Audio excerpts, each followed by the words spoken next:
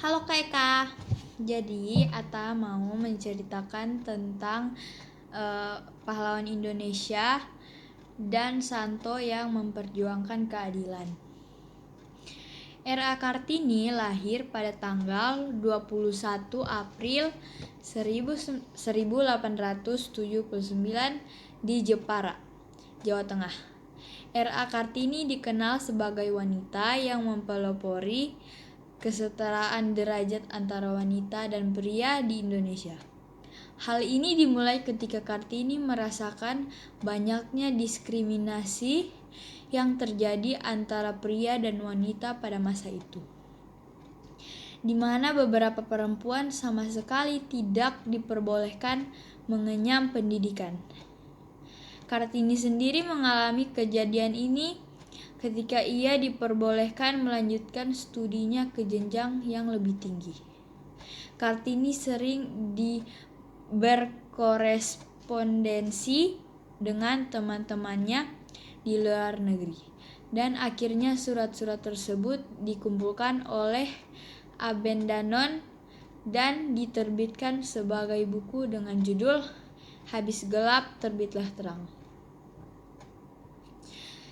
Biografi singkat Kartini semasa hidupnya dimulai dengan lahirnya Kartini di keluarga priai Kartini yang memiliki nama panjang Raden Ajeng Kartini. Ini ialah anak perempuan dari seorang patih yang kemudian diangkat menjadi Bupati Jepara, Raden Mas Adipati Aryo Sosroningrat. Ibu dari Kartini memiliki nama M.A. Ngasirah, istri pertama dari Sosroningrat yang bekerja sebagai guru agama di salah satu sekolah di Teluk Kur, Jepara. Silsilah keluarga Kartini dari ayahnya bisa dilacak terus hingga Sultan Hamengkubuwono IV dan garis keturunan Sosroningrat sendiri bisa terus ditelusuri hingga pada masa kerajaan Majapahit. Ayah Kartini sendiri awalnya hanyalah seorang wedana, sekarang pembantu bupati di Mayong. Pada masa itu, pihak kolonial Belanda mewajibkan siapapun yang menjadi bupati harus memiliki bangsawan sebagai istrinya. Dan karena M.A. Ngasirah bukanlah seorang bangsawan, ayahnya kemudian menikah lagi dengan Raden Ajeng Morjam, wanita yang merupakan keturunan langsung dari Raja Madura.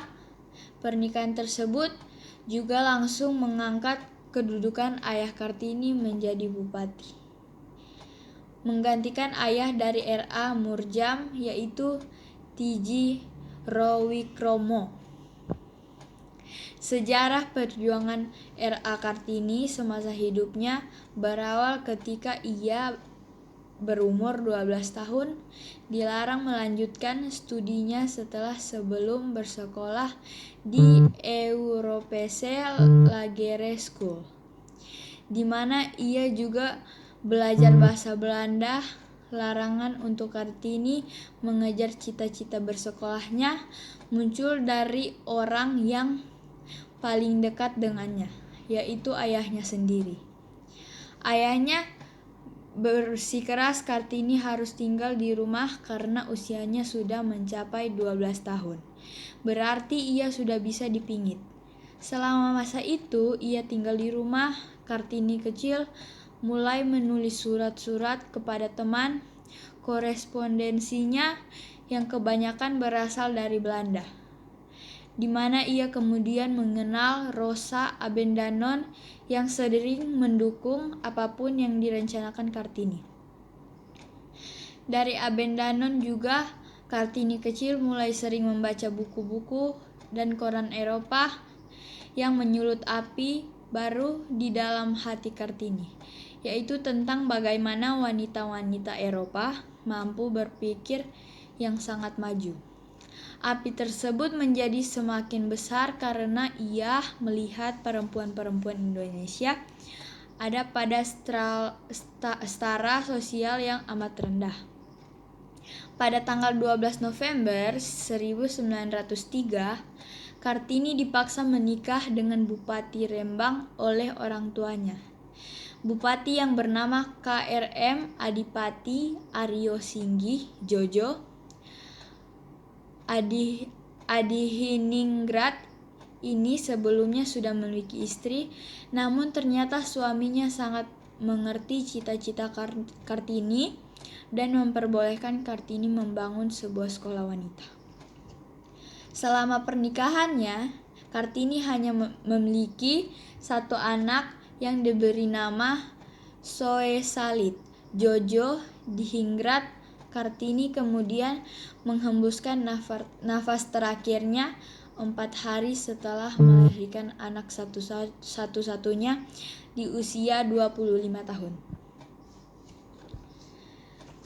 Pemikiran dan surat-surat Kartini. Wafatnya Kartini tidak serta-serta mengakhiri perjuangan R.A. Kartini semasa hidupnya karena salah satu temannya di Belanda, Mr. J.H. Abendanon, mengumpulkan surat-surat dulu yang pernah dikirimkan oleh Kartini kepada teman-temannya di Eropa.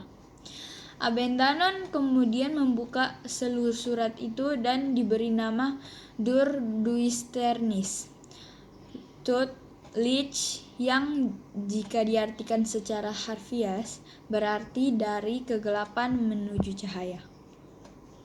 Buku ini diterbitkan pada tahun 1911. Pada cetakan terakhir ditambahkan sebuah surat baru dari Kartini. Pemikiran-pemikiran Kartini dalam surat-suratnya tidak pernah bisa dibaca oleh beberapa orang pribumi yang dapat berbahasa Belanda. Baru pada tahun 1922, Balai Pustaka menerbitkan versi translasi buku dari Abendanon yang diberi judul Habis Gelap Terbitlah Terang. Pikiran dengan bahasa Melayu. Oke, selanjutnya kita akan menceritakan cerita tentang Santo Nicholas. Awal kehidupan Nicholas dilahirkan di Patara, Lycia, sebuah provinsi dari Asia Kecil. Sekarang sudah jadi Turki, dari sebuah keluarga yang kaya raya. Sejak masa mudanya, Nicholas sudah mempunyai hati yang murni serta menyukai cara hidup betapa dan melayani umat. Hal ini disebabkan karena ia dididik dan dibesarkan dengan baik oleh orang tua yang saleh dan beriman. Ketika Nicholas berumur 5 tahun, ia mulai mempelajari ajaran-ajaran gereja, khususnya mengenal ilmu kudusan. Hari demi hari, ajaran-ajaran gereja ini benar-benar menerangi pikirannya dan mendorongnya untuk mencari agama yang tulus dan sejati. Namun sayangnya, tidak lama setelah Nicholas mulai mempelajari ajaran-ajaran gereja, kedua orang tuanya meninggal dan mewariskan sejumlah besar harta warisan kepadanya. Tidak seperti kebanyakan orang pada umumnya, Nicholas malah bertekad menggunakan seluruh harta warisannya untuk bekerja amal, terutama untuk menolong para fakir miskin. Setelah Nicholas beranjak dewasa, ia pun menjadi seorang imam. Sebagai seorang imam, Nicholas pernah berziarah ke Tanah Suci, dan sekembalinya dari sana ia dipilih menjadi uskup Kota Mira, ibu kota provinsi Lycia.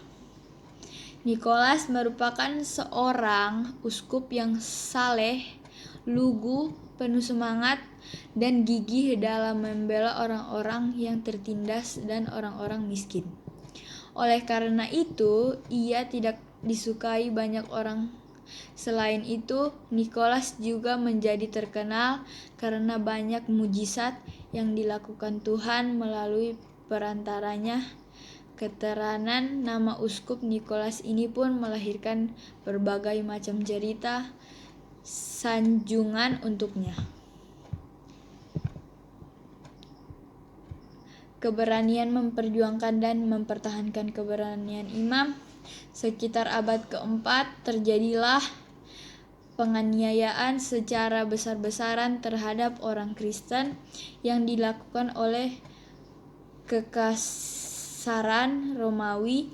Keuskupan Myra pun tanpa terkecuali menjadi salah satu korban dari penganiayaan ini. Sebagai orang uskup di kota Myra, Nikolas tidak tinggal diam. Ia pun dengan berani mewartakan keberanian imam kepada Kaisar Diocletianus yang pada waktu itu menjabat sebagai Kaisar Romawi. Namun sebagai konsekuensi dari keberaniannya itu, Nikolas ditangkap, disiksa, dan dimasukkan ke dalam penjara bersama dengan banyak orang Kristen lainnya. Akan tetapi, ketika Kaisar Konstantin yang agung dan saleh menduduki tahta Kaisaran Romawi menggantikan Kaisar Diocletianus. Pada tahanan termasuk Nikolas dibebaskan dari penjara. Sesudah peristiwa pembebasan itu, Nikolas pun kembali ke Myra. Nikolas juga hadir di dalam konsili Nisea pada tahun 325 yang secara khusus membahas mengenai penyesatan yang terjadi di dalam gereja pada waktu itu. Di dalam konsili ini, Nikolas dengan berani menentang ajaran Arianisme dan menyatakan sebagai ajaran sesat di depan para penghanutnya yang juga hadir pada konsili ini. Namun sekali lagi, karena keberaniannya yang tidak tanggung-tanggung itu, para peserta konsili Nisea secara resmi memberikan larangan bagi Nikolas untuk menggunakan kewenangannya sebagai uskup Myra dan malahan memenjarakan. Akan tetapi menurut tradisi, ketika di penjara itulah Tuhan Yesus dan Bunda Maria menampakkan diri kepada Nikolas dan membebaskan serta memberikan kembali jabatannya sebagai seorang uskup dengan cara yang luar biasa. Menurut catatan Santo Methodius, Nikolas menguatkan imam umatnya dan melindungi mereka dari pengaruh ajaran Arianisme. Ia juga menuliskan bahwa berkat adanya uskup Nikolas, hanya keuskupan Myra yang tidak terpengaruh oleh sesat Arianisme. Ini sebagaimana Nikolas menentang ajaran Arianisme, ia juga menentang ajaran-ajaran kafir lainnya dan melakukan sebagai macam tindakan perlawanan yang keras terhadapnya. Salah satunya yaitu ketika Nikolas menghancurkan kuil-kuil dewa Artemis.